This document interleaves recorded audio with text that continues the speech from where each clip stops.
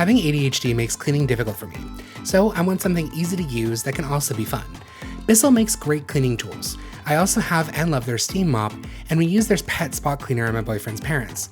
So I decided to give the Spinwave a try to see if I can finally get some of the gunk off the bathroom floor. With an easily removable cleansing bucket to mix the formula that shows exactly where to fill the water and formula, depending on how large the area is that you're cleaning.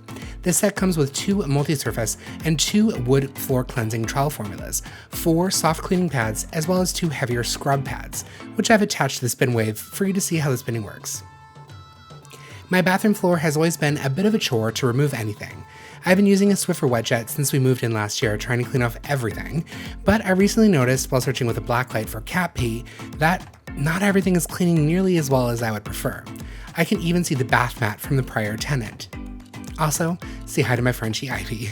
She took a real interest in the Spinwave. The machine pulls away from you as you hold it with the intensity that is spinning the mop pads, but it is still easy to control.